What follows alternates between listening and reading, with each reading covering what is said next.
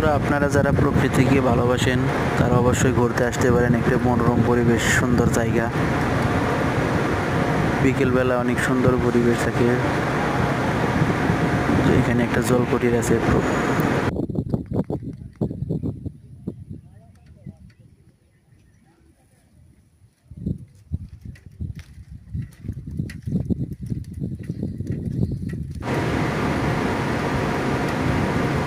রূপন্তী জলকুটির, কাঠালিয়া কালিয়াকৈর গাজীপুর। এখানে আপনারা যারা প্রকৃতিকে ভালোবাসেন, অনেক সুন্দর একটি জায়গা, আপনারা এখানে ঘুরতে আসতে পারেন।